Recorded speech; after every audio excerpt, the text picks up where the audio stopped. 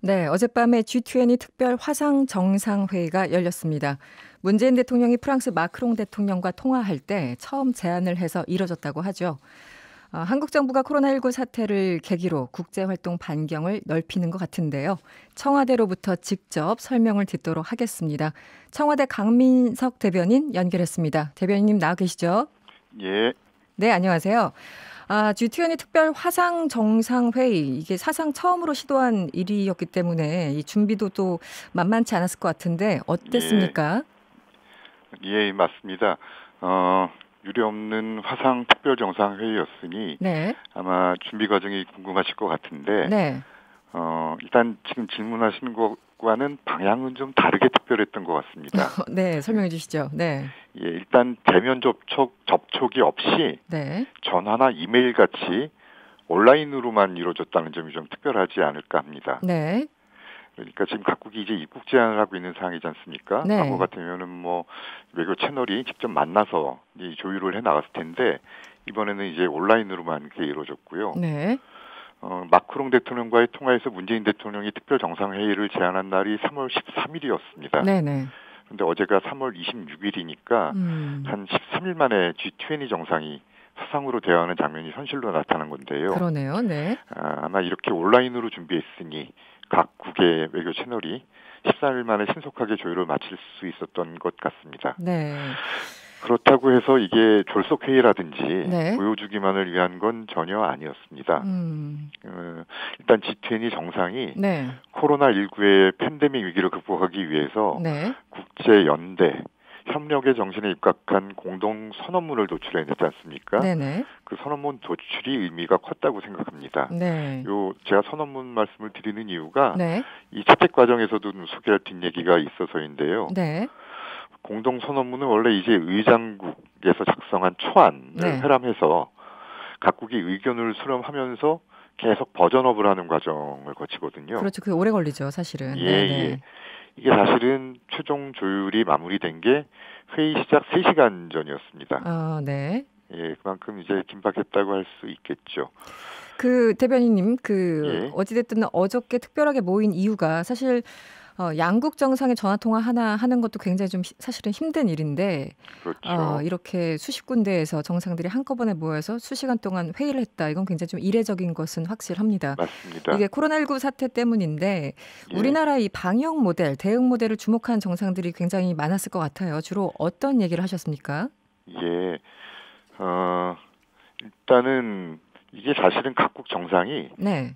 그 각국의 이제 상황을 설명하는 거라 음. 이렇게 각국 간에 이제 대화나 토론이 있는 상황은 아니었습니다. 네네. 다만 어쨌든 우리나라 대응 모델이 그동안에 이제 각 외신에서 크게 주목을 받아왔고 네. 어제 이제 우리 문재인 대통령도 우리나라 모델을 국제사회와 공유하겠다라고 이제 말씀을 하셨죠. 근데 네. 잠깐 좀 설명을 드리면 우리나라의 모델이 주목받는 부분이 어떤 부분이었냐면 네. 그동안의 외신 또는 이제 정상 간의 통화에서 있었던 일인데요. 네. 우리나라의 대응 원칙은 크게 개방성, 투명성입니다. 네.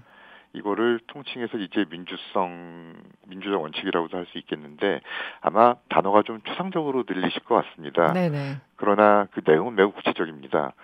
이 개방성은 특별 입국 절차를 의미합니다. 네. 어떤 건지 아마 우리 우리 국민은 이제 잘 알고 계시게 됐으리라고 봅니다만 네. 어쨌든 우리나라는 코로나 사태 초기부터 국경 폐쇄라든지 이제 입국 금지 같은 극단적 선택을 택하지 않고 네. 자가 진단 앱을 설치해서 이제 입국자의 건강을 체크하는 특별 입국 절차를 적용해 왔습니다. 네네. 이게 우리나라 강점인 ICT 기술을 방역에 활용한 것이죠. 음. 이 그다음에 이제 또 하나의 원칙은 투명성은 진단 검사와 이후 확진자 관리 방식과 관련이 있습니다. 네. 우리나라가 하루에 15,000명 안팎까지 신속하게 진단 검사를 할 수 있다는 사실은 이미 여러 나라에까지 알려져서 네. 외신이 높은 평가를 해왔습니다. 네네. 그런데 이렇게 신속한 진단 검사가 가능한 배경에는 이 드라이브 스루 방식 아시죠? 네네. 드라이브 스루라든지 진단 키트 같은 단어가 요즘 많이 등장을 하지요. 네네. 그런 의약 물품이 있습니다.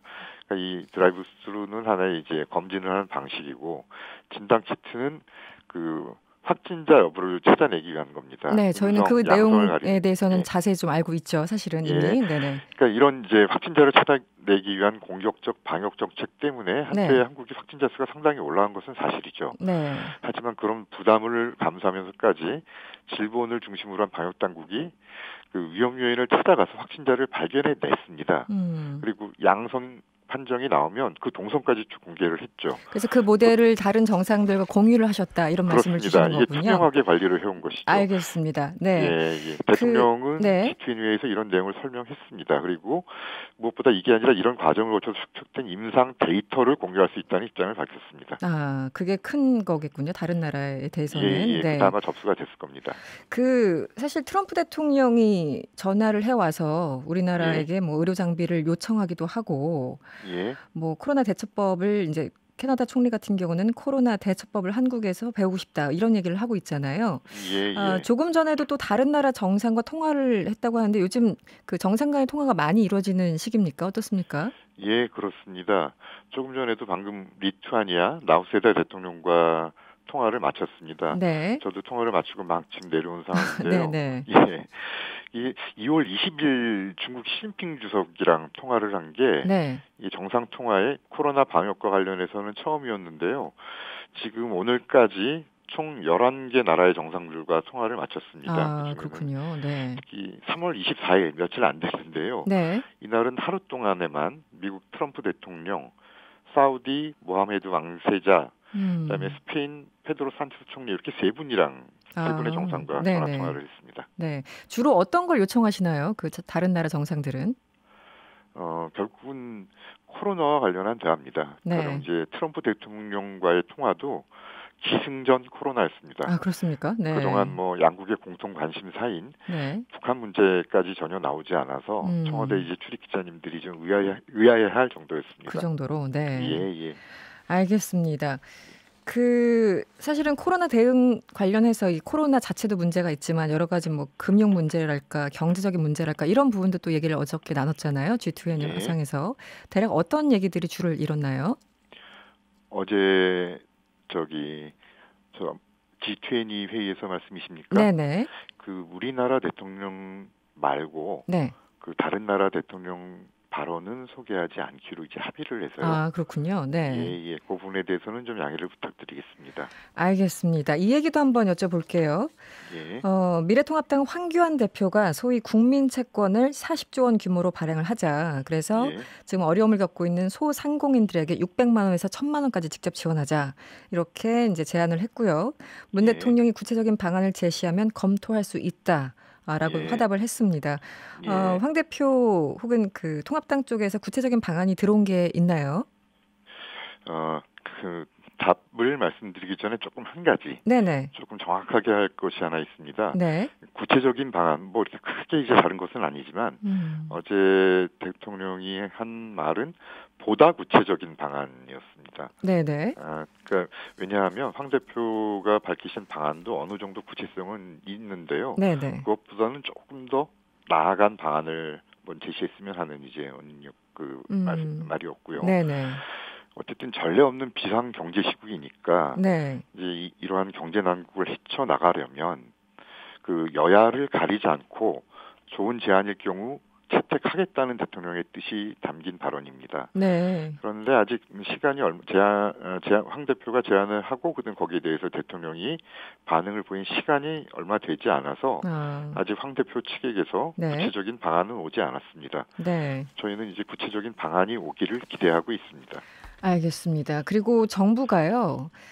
이 경제위기 극복을 위해서 서울시의 재난 긴급 생활비를 벤치마킹한 이 선별적 코로나19 소득 지원에 나서겠다 이런 얘기가 일단은 들립니다. 기재부가 다음 주에 대통령 주재로 열리는 비상경제회의에서 지원 방안을 보고할 예정이라고 하는데요. 이런 방안도 좀 구체적으로 검토를 하고 있습니까? 그 재난 긴급 생활비 또는 뭐 일각에서는 재난 기본 소득 말씀을 많이 하시는데 이 문제에 대해서는 제가 지난번에 3월 19일입니다. 경제 상황과 지자체의 노력, 국민 수용도 등을 고려해서 결정할 것이라고 말씀드린 바 있습니다. 이제 지자체의 노력이 계속 이어지고 있고요. 경제 대책도 정부가 여러 가지를 이제 마련을 하고 있는 상황 아닙니까? 네. 그러니까 국민 여론도 지금 어느 정도 이렇게 살펴보고 있는 중인데 네. 어쨌든 코로나19 사태의 가장 큰 피해자가 결국은 국민이고 네. 그 국민의 삶을 지키겠다는 정부 의지를 신속하고 분명하게 보여줄 필요는 있다고 생각합니다. 다만 매우 구체적인 네. 대목에 대해서는 정책 발표가 있기 전에 제가 언급하는 것은 적절치 않을 것 같습니다. 많은 국민이 네. 해당이 되는 것이기 때문에 네. 어쨌든 간에 실효성 있는 생계 지원 방안이 되도록 재정 소요 등을 고려해서 신속한 결론을 낼 수 있도록 노력하고 있습니다. 네, 마지막으로 짧게 하나만 더 여쭤볼게요. 예. 지금 이제 본격적으로 선거가 다가왔습니다. 한 20일 정도밖에 안 남았는데요. 그럼에도 불구하고 지금 상황이 이렇다 보니까 여야가 힘을 합쳐야 된다 이런 얘기가 많이 나오고 있고 그래서 여야 영수회담이나 여야 협의체 혹시 가동할 생각이 있는 것인지 궁금해하시는 분들이 있습니다. 어떠십니까? 예. 다만 대통령은 예전처럼 네. 여당 총재를 겸하는 위치에 있지 않습니다. 네네. 국회 구조도 지금 다당제로 변해 있어서 네. 일단은 영수회담이란 용어는 적절치 않고요. 네네. 그러나 옛날에 옛날이 아닙니다. 2월 28일에 네. 일단 여야 정당 대표와 추경 통과를 앞두고 한번 모여서 대화를 한 적이 있습니다. 네. 여야 또 국회와 협력을 위한 문은 언제나 열려 있습니다. 네. 예, 청와대는 언제나 대외 준비가 되어 있는데 네. 다만 지금 상황이 선거 상황이라 얼마 전에 그 선거와의 거리두기를 선언한 상태입니다. 네. 그리고 다만 지금 질문의 취지는 그 정치적인 의제 말고 코로나19 극복을 위한 그렇죠. 여야 협의체 말씀하신 거죠. 네네. 그 언제든지 이제 문이 열려 있는데 네. 다만 구체적으로 지금 추진되는 것은 없는 것으로 알고 있습니다. 알겠습니다. 오늘 귀한 시간 내주셔서 고맙습니다. 지금까지 청와대 강민석 대변인이었습니다. 고맙습니다. 예, 감사합니다.